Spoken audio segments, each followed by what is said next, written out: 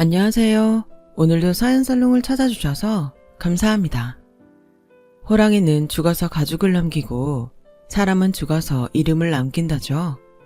얼마 전 세상을 떠나신 친정 아빠는 이름 대신 제게 낡은 문서 몇 장을 남기고 떠나셨어요.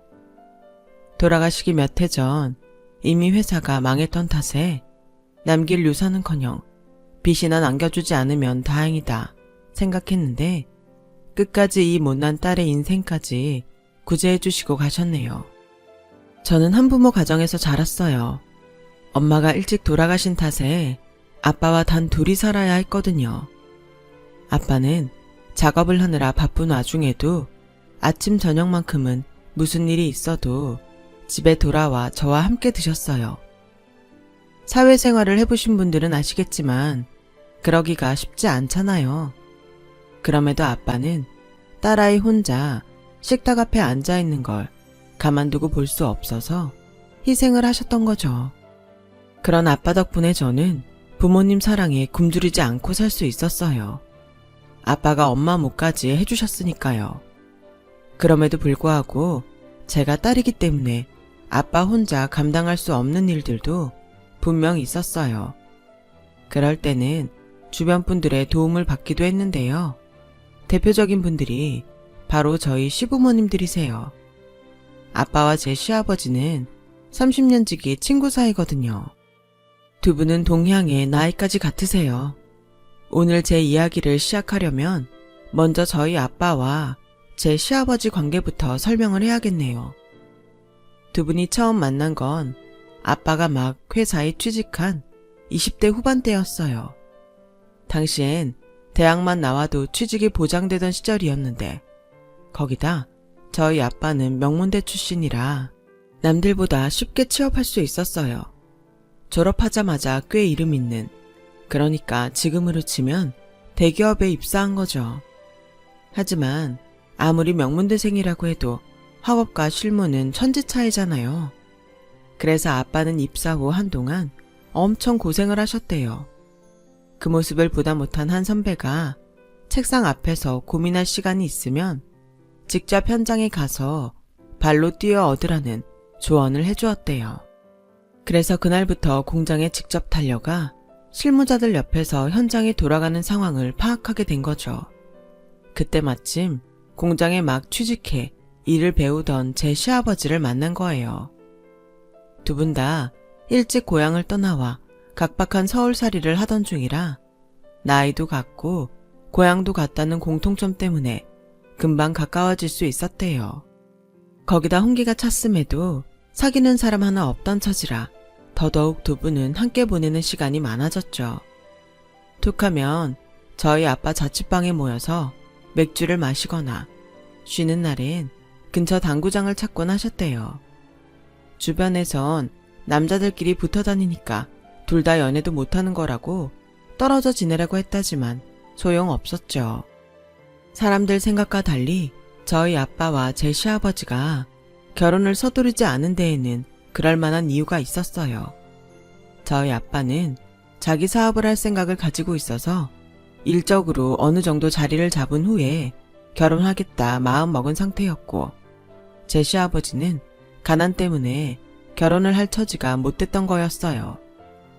당시 시아버지는 공장에서 번 돈으로 시골에 있는 부모님과 동생들을 먹여 살리고 있었거든요. 당장 그 수입이 끊기면 온 가족이 굶어 죽을 판인데 무슨 결혼 생각을 할 수 있었겠어요. 그러니 꿈도 안 꿀 수밖에요.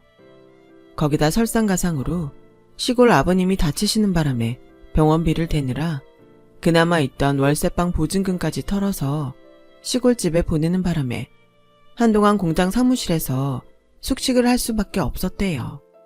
아빠는 그 사실을 알고는 시아버지를 아빠 자취방으로 데려와 한동안 두 분이 함께 살았다고 하더군요.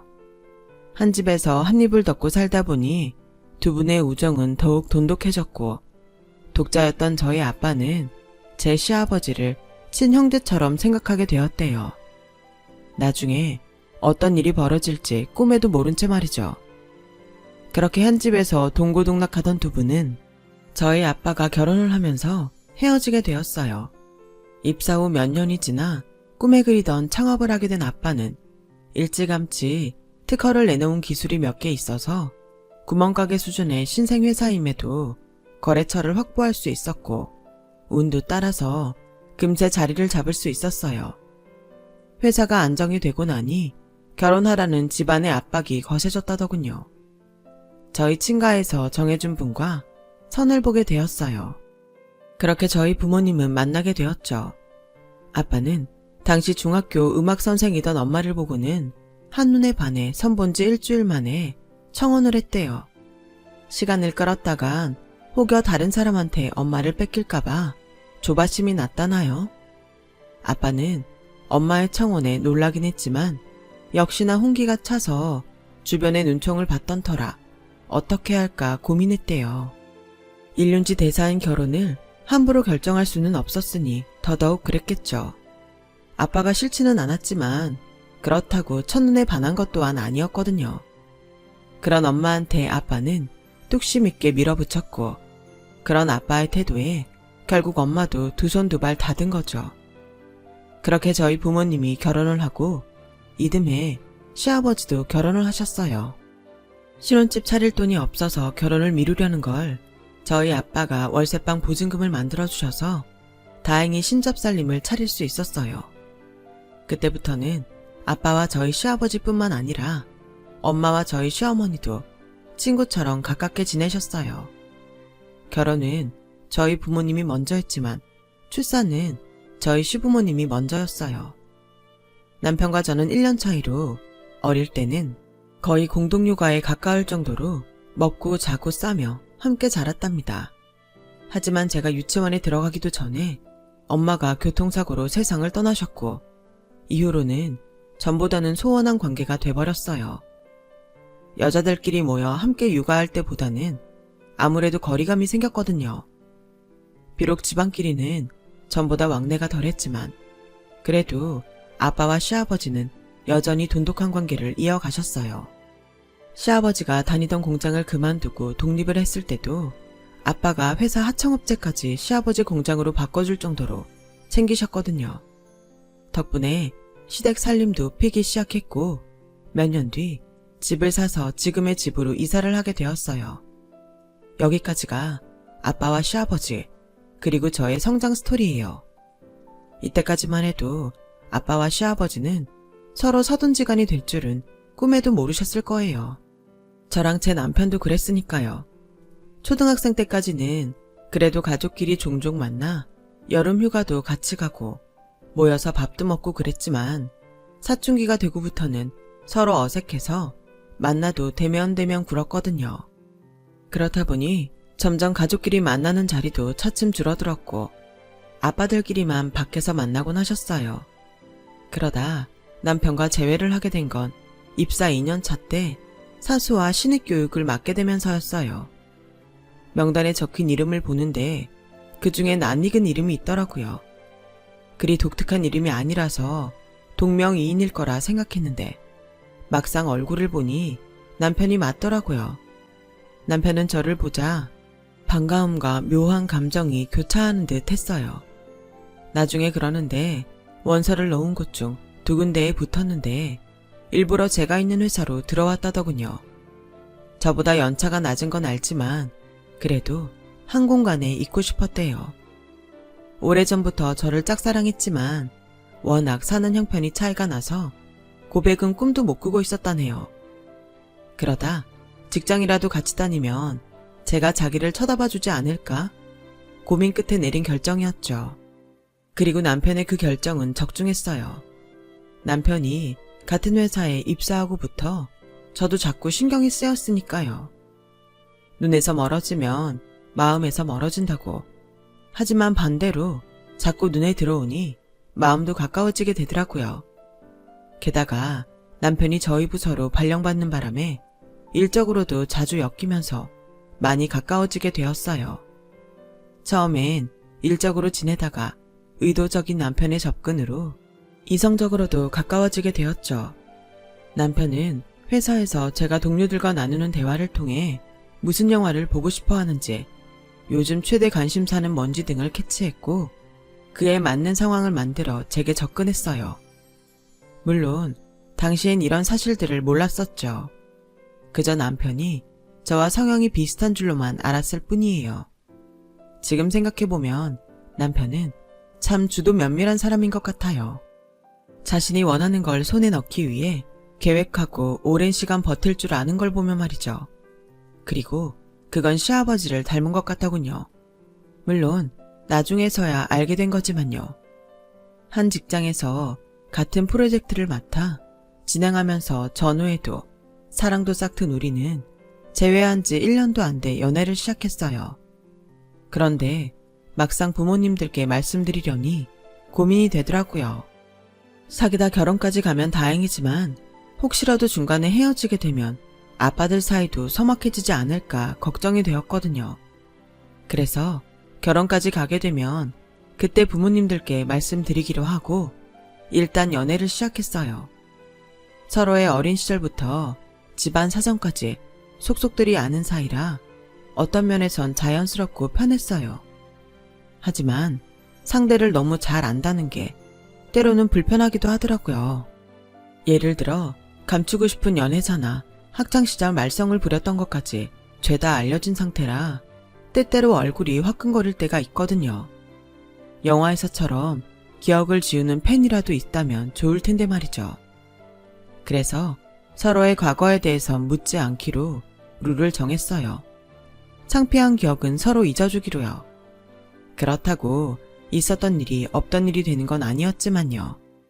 아무튼 직장에서도 집에서도 우리의 연애 사실을 아는 사람은 아무도 없었어요. 그렇게 비밀 연애를 2년 동안 지속하던 우리는 어차피 할 결혼이면 빨리 해서 남들보다 일찍 자리를 잡자 생각하곤 부모님들께 교제 사실을 말씀드렸어요. 시댁에서는 쌍수 들고 환영이었고 저희 아빠는 뜨뜻미지근한 반응을 보이셨어요. 아빠, 반응이 왜 그래? 상준씨 마음에 안 들어서 그래? 아니, 그게 아니라 너무 잘하는 사이에 사돈을 맺는 게 좋은 건지 잘 모르겠어서 말이야. 상준이야, 사람 됨됨이도 괜찮고 능력도 있고 생활력도 있는 녀석이라 사윗감으로 최고지. 어쩌면 그때 이미 아빠는 제게 닥칠 불행을 감지하셨는지도 몰라요. 누구보다도 저희 시댁 어른들에 대해 잘 아는 분이 바로 아빠였으니까요. 결혼 얘기가 나오자마자 시댁에선 당장 상견례 날짜를 잡자고 연락을 해왔어요. 특히 아버님이 좋아하셨죠. 이야, 우리의 40년 우정이 이젠 사돈으로 끝을 맺는구만. 사돈, 딸 걱정은 하지 말게나.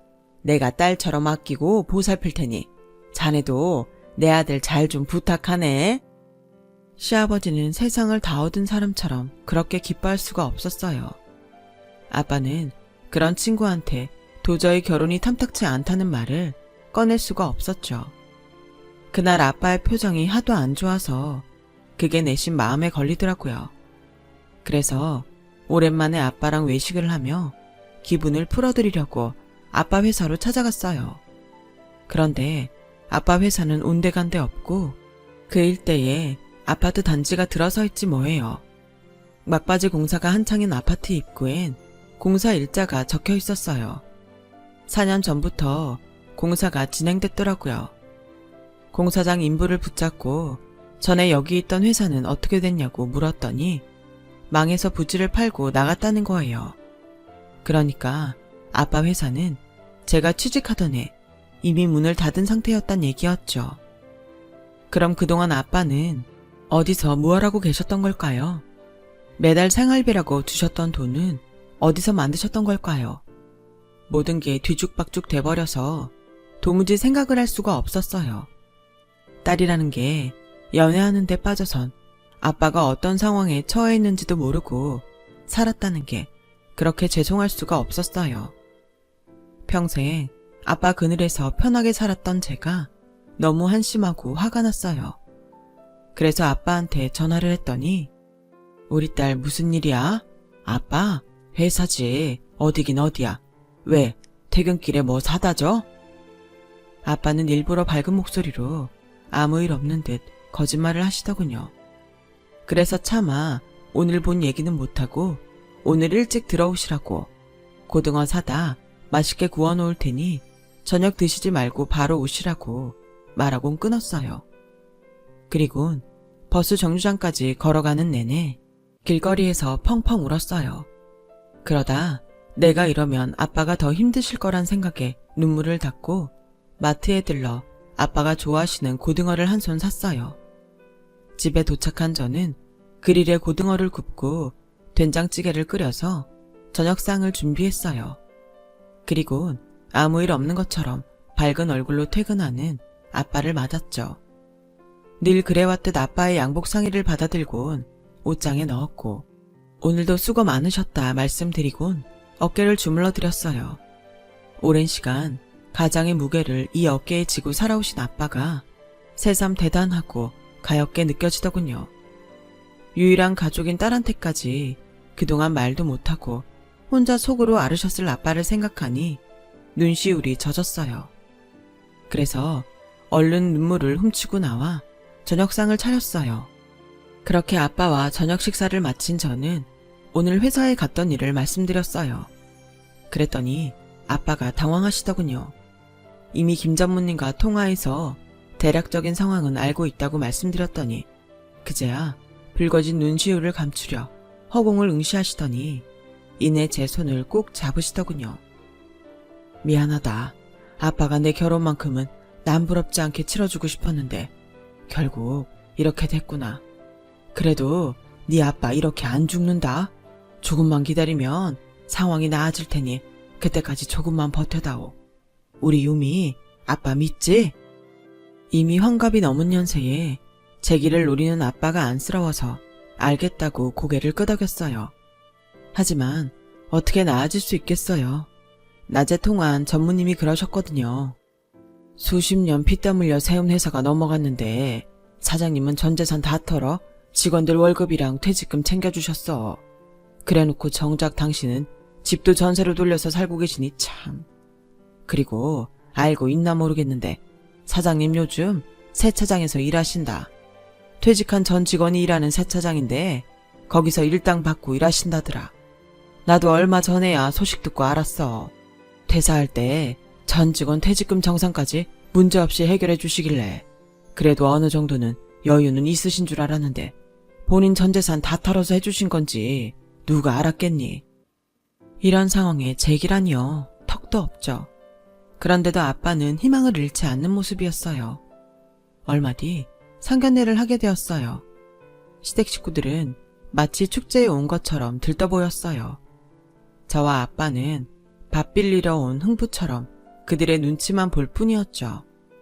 한창 분위기가 무르익자 시아버지는 신혼집 얘기를 꺼내셨어요. 사돈, 신혼집은 어떻게 하는 게 좋을까? 우리 형편대로 하자면 20평대 빌라 전세 정도밖에 안 되는데 아무래도 그런 데는 유미한테 무리겠지? 내심 저희 쪽에서 집을 해주길 바라는 눈치더라고요. 형편에 따라 살아야지. 안 그런가? 집 정해지면 말해주게. 혼수를 채워야 하니까. 하지만 시아버지의 기대와 다른 아빠의 대답에 룸 안에는 어색한 기류가 흘렀어요. 그러자 시어머니가 나서서 분위기를 바꾸려 노력하셨어요. 요즘 젊은 애들은 폐물 같은 건 안 하는 추세라고 하더라고요. 세트로 맞춰놔봐야 유행도 금방 지나고 촌스럽다나? 게다가 유미 넌 좋은 목걸이며 반지 많잖니? 그래서 말인데 폐물은 그냥 넘어가자. 정 아쉬우면 살면서 상준이한테 해달라 그러고. 네, 그럴게요. 처음부터 폐물을 받을 생각은 없었지만 마치 안 하는 게 국룰인 것처럼 포장하시니 기분이 좋지는 않았어요. 그때였죠. 시아버지가 기대에 가득 찬 눈빛으로 예단비에 대해 물으셨어요. 어차피 일부는 되돌려 보내야 하는 돈이니까 애초에 딱 받을 만큼만 보내는 게 어떨까 하네. 자네 생각은 어떤가? 폐물도 건너뛰고 약소하게 하는 결혼인데 예단비가 필요한가 싶네만. 어차피 자네나 나나 집안 식구도 별로 없으니 친인척 인사는 각자 하는 걸로 하면 어떨까 하네. 그러자 큰일이라도 난 것처럼 호들갑을 떨며 시어머니가 말했어요. 아니, 그래도 예단비까지 생략하는 건 너무 심하지 않나요? 폐물이야. 어차피 안 쓸 거니까 그런다 치지만 예단비는 다르죠. 있는 사람이 더하다더니 너무하시네요. 그렇잖아요. 솔직히 자식이 둘만 돼도 이런 말 안 해요. 하나밖에 없는 자식 장가 보내는데 예단비도 못 받고 하는 게 어딨어요. 집 문제만 해도 그래요. 저희 형편 뻔히 아시면서 이럴 때 그쪽에서 아파트 한 채 주시면 좀 좋아요. 어차피 나중에 유미한테 물려줄 재산이잖아요. 그런데 꼭 이렇게 야박하게 구실 일이냐고요. 정말 서운하네요. 시어머니 못지않게 시아버지도 많이 서운한 표정이었어요. 그러자 아빠가 낮은 한숨을 쉬시곤 말씀을 이어가셨죠. 실은 몇 년 전에 회사 문 닫았습니다. 자네한테는 진작 얘기 못한 건 미안하네. 자네한테 부담 줄까봐 일부러 숨기고 있었네. 회사 정리하면서 그간 일해온 직원들 월급이랑 퇴직금 정산해주고 나니 수중에 남은 돈이 없네. 몇 년만 기다렸다가 식을 올렸으면 지금보다는 제대로 치러서 보낼 수 있었겠지만 현재 형편은 그게 안 될 것 같습니다. 죄송합니다. 회사를 접었다는 말에 시댁 식구들은 하늘이 무너진 것처럼 낙담했어요. 아니, 자네는 그런 일이 있었으면 진작 나한테 말을 할 일이지 이렇게 폭탄 선언을 하는 게 말이 되나? 그리고 내가 무슨 부담을 느낀다고? 아무래도 자네하고는 그 문제도 있고 하니까 내 딴엔 그렇게 생각했지. 그땐 그 말이 무슨 소린지 몰랐는데 알고 보니 돈 문제더라고요. 10여 년 전쯤인가 시아버지가 사고를 치시는 바람에 한때 시댁이 휘청했던 적이 있었어요. 한때 시아버지는 공장 일이 잘 안 되자 도박에 빠져 사셨던 적이 있었는데 그 바람에 저희 아빠 회사 납품 기일을 못 맞춰서 손실을 끼친 적이 있었거든요. 그 바람에 저희 아빠 회사에서는 시아버지 공장과 거래를 끊어야 한다는 얘기가 나왔고 아무리 사장이라지만 아빠가 더는 친구 회사를 감싸줄 수가 없게 된 거예요. 손해 입은 부분은 저희 아빠가 수습을 하는 대신 거래를 끊게 된 거였죠. 그런데 여기까지는 겉으로 드러난 상황이었고 이면에는 다른 문제도 있었어요. 바로 돈이었죠. 거래도 끊긴 데다 시아버지가 도박으로 날린 돈 때문에 공장이 넘어가게 된 거였죠. 그래서 집을 팔아 공장을 잡아야 할 판이었어요. 그때 아빠가 이자 없이 수억을 빌려주셨고 시아버지는 각서와 담보라며 집 문서를 내주셨어요. 아무리 친구 사이라지만 돈 문제는 확실히 해야 한다면서요. 각서에는 10년 안에 이 돈을 못 갚으면 집을 내주겠다고 명시해 두었더라고요. 그러니 아빠 입장에선 당신 사업이 망해 생활이 어렵다는 걸 친구가 알게 되면 그 돈을 갚아야 한다는 부담감이 생기지 않을까 해서 일부러 회사 문 닫은 얘기를 안 하신 거죠. 그런데 그날 보니 시아버지는 그 일을 까맣게 잊고 있었던 것 같았어요. 애초에 돈을 갚을 생각이 없었던 사람처럼 말이죠. 그래서 그날 상견례가 끝난 뒤 아빠가 제 시아버지랑 두 분이서 따로 술을 마시며 그 얘기를 했더니 그제야 생각난 듯 눈을 동그랗게 뜨고는 놀라더래요. 그날 밤 술에 취해 늦게 집에 돌아온 아빠는 침통한 표정이셨어요. 아무래도 두 분이 말다툼을 하셨던 모양이에요. 그 일이 있고 일주일쯤 지났을까요? 아침부터 남편한테 전화가 왔더라고요. 회사에서 곧 볼 텐데 말이죠. 전화를 받았더니 남편이 난처한 목소리로 시아버지를 바꿔주더라고요. 시아버지는 다짜고짜 아빠를 바꾸라고 하시며 네 아빠는 왜 그렇게 전화를 안 받냐고 짜증을 내셨어요. 전화를 받은 아빠는 점점 안색이 어두워지셨죠. 그리곤 짧은 대답을 끝으로 전화를 끊으셨어요. 제가 무슨 일이냐고 물었더니 옹졸한 놈 같으니라고. 유미야, 너 이 결혼 후회하지 않겠니? 지금이라도 안 늦었으니까 다시 한번 생각해보는 게 어때? 그래서 무슨 일인지는 몰라도 두 분이 싸웠다고 자식들 혼사까지 그만두라고 하는 건 너무한 거 아니냐고 따졌어요. 그러자 아빠는 잠시 숨을 고르시더니 신혼살림은 시댁의 차리라고 그러는구나. 자세한 건 회사 가서 이서방한테 들어라. 아, 고래 싸움에 새우등 터진다고 아빠들 싸움에 저희만 피해를 보게 됐지 뭐예요. 회사에 가서 남편한테 물었더니 시아버지께서 도저히 전셋집 마련이 힘드시다고 한 몇 년 집에 들어와 살라고 하셨다는 거예요. 전세 보증금이 문제라면 우리가 대출받아서 해결하겠다고 했더니 시작부터 은행 빚지고 살 생각 말라시면서 가풍 익힌다 생각하고 들어와 살라고 하셨대요. 안 그러면 이 결혼은 없던 일로 하시겠다고요. 자기야, 딱 3년만 참고 살자. 따지고 보면 아빠 말이 틀린 것도 아니야. 3년이면 너랑 나랑 최소한 몇 천은 모을 거 아니야. 이자도 안 내고 돈도 모을 수 있으니까 우리 그렇게 하자. 응? 솔직히 싫었어요. 우리 집이 망하지만 않았다면 당장 아빠한테 말해서 전셋집 하나 구해달라고 부탁하고 싶은 심정이었죠. 하지만 혹여 제가 그런 말을 꺼낸다면 당장 아무것도 못해주는 아빠 심정이 어떻겠어요. 그래서 어금니를 꽉 꿰물고 그래, 한번 살아보자 결심했죠. 결혼을 앞두고 아빠는 혼자 큰 집에서 살기 불편하다시며 작은 전셋집을 얻어 이사를 하셨어요. 제 짐은 시댁 남편 방으로 들어갔고요. 집도 좁은데 시부모님의 시동생까지 총 5식구가 복잡거리고 살려니 생각만 해도 한숨이 났어요. 그렇게 40년 우정에 금이 가며 치룬 결혼식이 끝나고 본격적인 10월도 입성을 하게 되었죠. 사람 사는 게 다 거기서 거기 아니겠냐 생각했는데 거기서 거기까지의 거리가 제 생각보다 아주 멀더라고요. 시어머니는 제가 들어오고부터 아예 주방일에서 손을 떼셨어요. 청소며 빨래도 마찬가지고요. 결혼 전에는 그렇게 저를 예뻐하던 시아버지도 툭하면 예단비 얘기를 꺼내시며 마치 저를 원수의 딸을 보듯 하셨죠. 시동생은 밖으로 도느라 집안일엔 관심도 없었고요. 처음엔 제 기분을 맞춰주려고 무진 애를 쓰던 남편도 시간이 지나자 마치 나와 방만 셔어에 사는 룸메이트처럼 제 일에 무관심했어요. 이런 게 결혼 생활인 줄 알았다면 절대로 하지 않았을 텐데 후회하며 하루하루 버텨나가고 있었죠. 그러던 어느 날이었어요.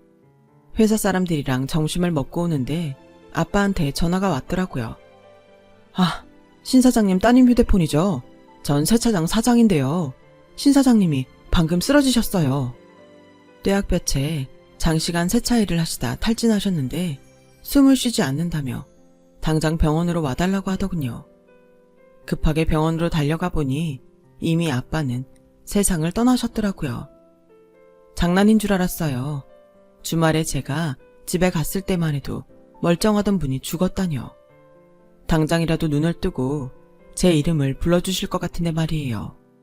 뒤늦게 소식을 듣고 달려온 남편은 황망한 저희 아빠의 죽음에 말을 잇지 못했어요. 장례식 내내 무슨 정신으로 버텼는지 모를 정도로 저는 정신을 차릴 수가 없었어요. 더 이상 아빠가 세상에 없다는 생각을 하자 현실을 부정하고 싶었거든요. 남편이 옆에 서 있는데도 저 혼자 허허벌판에 서 있는 기분이 들었어요. 나는 이제 정말 고아가 됐구나 싶은 게 눈물만 흐르더군요.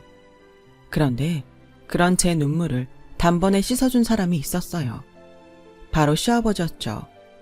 시아버지는 장례가 끝나자마자 저희 친정에 찾아와 조의금 박스부터 찾으셨어요.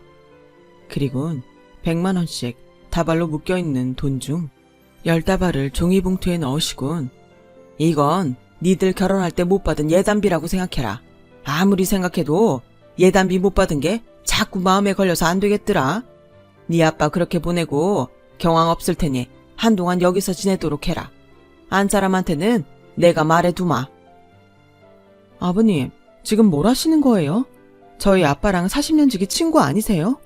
그런데 어떻게 친구 죽자마자 조의금부터 가로챌 생각을 하세요? 장례식에 빈손으로 오신 건 가족이니 그런가 보다 넘길 수 있어요. 하지만 조의금까지 손대실 줄은 정말 몰랐네요. 그깟 예단비가 친구보다 더 중요한가요? 그런 거냐고요. 나라고 이러고 싶어 이러냐? 애초에 예단비 안 주고 입 닦은 건 네 아빠 아니냐? 나 나쁜 사람 만들지 마라. 나쁜 건 네 아빠니까. 아무리 친구 사이래도 돈 관계는 확실히 해야 하는 거 아니냐? 순간 결혼 전에 아빠가 화가 잔뜩 나서 돌아오셔선 제게 하셨던 말이 불현듯 떠올랐어요. 10몇 년 전 아버님이 써준 각서와 집 계약서 얘기였죠. 아, 아버님이 그렇게 돈관계가 철저한 분인 줄은 몰랐네요. 네, 그럼 이참에 아버님식으로 우리 계산 좀 해볼까요? 정확히 12년 전에 아버님이 집담보로 저희 아빠한테 빌려가신 3억 5천만 원. 기억하시죠? 10년 안에 그 돈 못 갚으면 집이라도 대신 주겠다고 계약서까지 가져오셨죠. 근데 올해로 딱 12년 됐네요. 아니, 네가 그걸 어떻게 알아? 네 애비가 너한테 그 돈 꼭 받으라고 그러디? 내가 돈 떼어먹을까봐.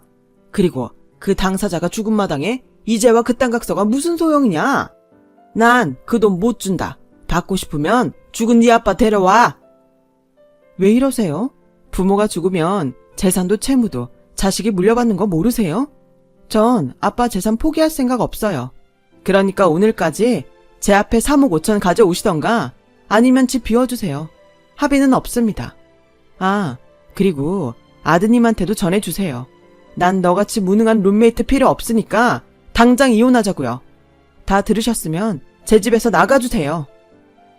그제야 시아버지는 이 싸움에서 자신이 얼마나 불리한 상황인지 눈치를 챘는지 저를 붙잡고 싹싹 빌기 시작했어요.